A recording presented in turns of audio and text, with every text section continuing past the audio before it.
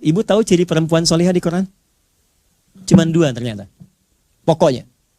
Quran surah keempat ayat 34. Ada kaitan dengan salat. Apa cirinya? 1, fassalihatu, istri yang solihah itu qanitatun, taat pada suaminya. Ya, sepanjang ia menyampaikan yang baik-baik menurut Allah. Taat kepada Allah dengan cara menaati suami pada yang baik-baik. Misal, kalau kata suami begini, "Mah, ngaji ya?" Siapa ya? "Mah, berjilbab ya?" "Baik insya Allah." "Baca Quran yuk?" "Baik insya Allah." Itu qanitat namanya.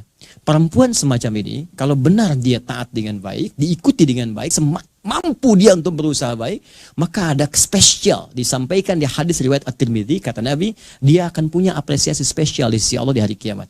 Idza shallatil mar'atu sholataha, kalau seorang perempuan itu cukup sholat fardu saja dalam hidupnya, kemudian wasomat somaha, dia puasa fardu saja Ramadan tanpa puasa sunnah, wahafidhat farjaha, dan menjaga dirinya tidak selingkuh, tidak berbuat yang buruk.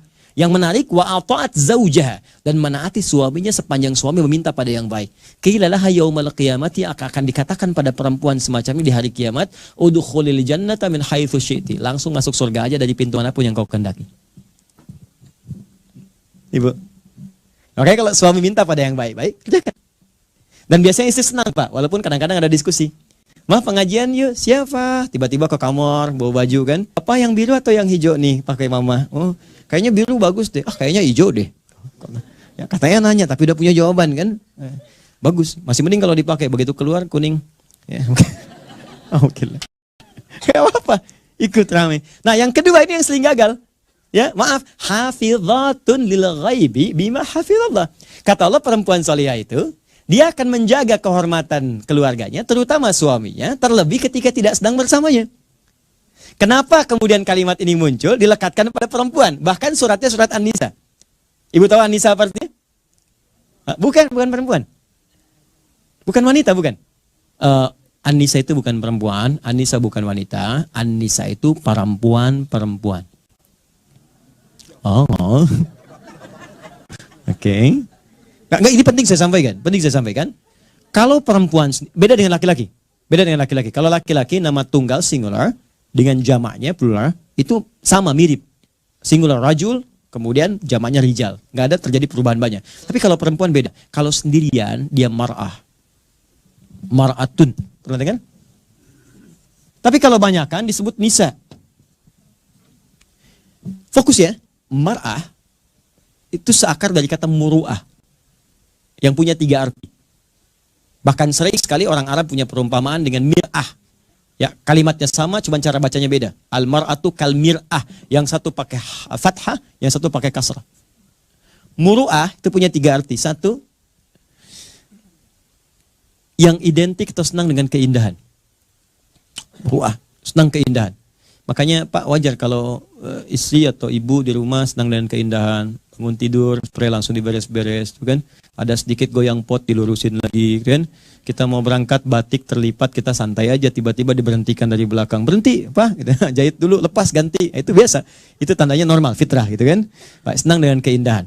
Bahkan dikatakan oleh orang Arab, al-mar'atu kal mir'ah. Perempuan tuh seperti cermin. Kayak kalau diperiksa kan sering ya, ada cermin misalnya. Sudah ngaca di rumah, turun, lihat spion mobil, ya, lihat lagi, masuk ke kantor, lihat kaca, betulin lagi, itu biasa, normal, ya. Tapi yang paling menarik, mar'ah juga itu bisa seakar dari kata muru'ah, seperti mir'ah, dari sisi sensitivitas.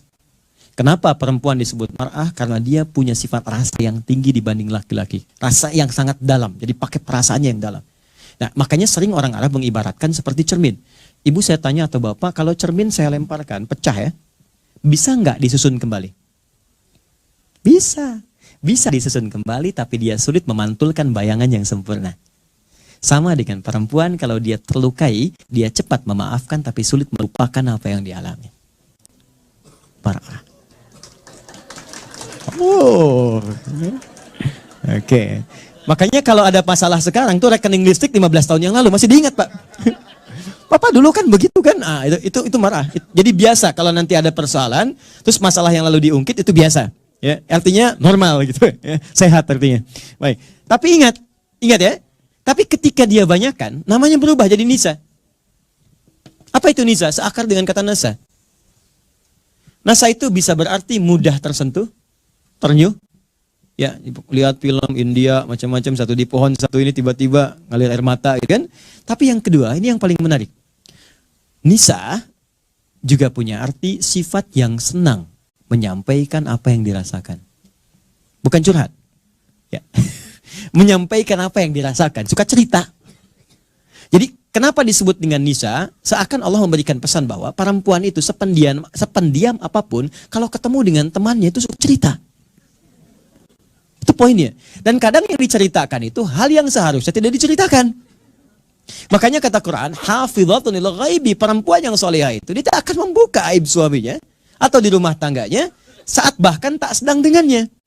Nah, ini kadang-kadang sering kejadian. Padahal mungkin yang dituju pengajian. Datang ke pengajian, bertemu dengan kawan, yang lain belum datang. Ukhti lagi apa kabar Jeng? Baik, sehat. Alhamdulillah. Keluarga gimana? Baik. Suami gimana? Di situ masalahnya. Masalah. Oke. Sekarang banyak kan? Ya, sekarang nggak datang pun bisa bikin sendiri kan? Bikin status. Kamu tidak seperti yang aku kira. Wah, tulis, bikin komen ya. Oke, paham ya?